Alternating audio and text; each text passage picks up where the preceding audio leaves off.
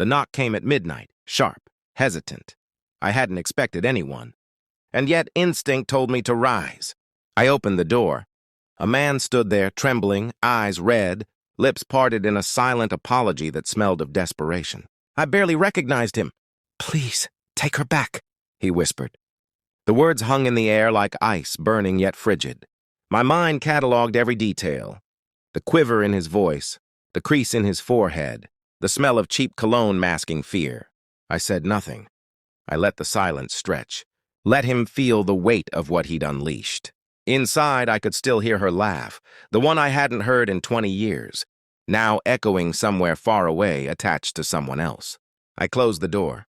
She had walked away quietly, not with fury, not with a storm, just gone. 2 decades erased by a whisper of affection, for a man I had only seen in passing at company events. Her soulmate, she called him. At first I denied it, rationalized. People leave. Life shifts. Maybe I hadn't noticed the cracks. But denial is fragile. The truth, subtle and sharp, pierced through. The perfume lingering on her coat, different from mine. The phone she claimed was dead.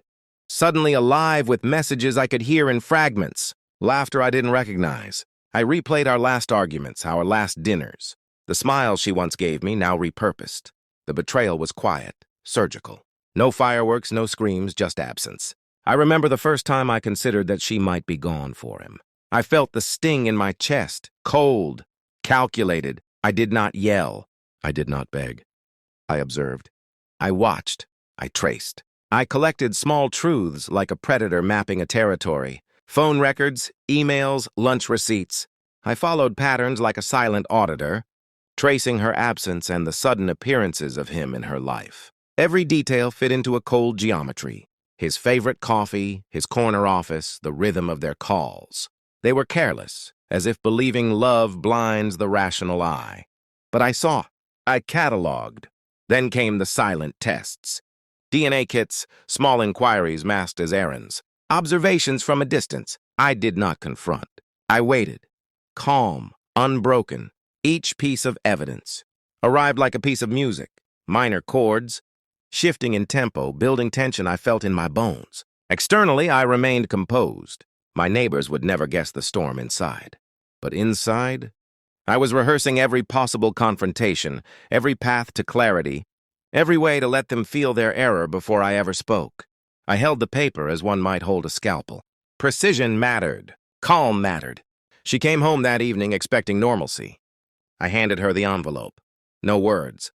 Just a look that asked a question she could not answer. Her hands shook. What is this? I let silence do the work. She stared at the results, realizing too late that everything she had assumed about our life, about me, about her secret, was now naked. I did not raise my voice. I did not cry. I watched the color drain from her face, saw her composure fracture. He, her soulmate, could only wait outside, unaware that he was already a casualty. 3 months later, he appeared. Tears, panic, betrayal turned inward. "Please, take her back," he said, voice trembling. I smiled, not with warmth, not with relief, but with the slow, deliberate acknowledgement that the chessboard had been arranged, and he had just walked into a corner he could not escape.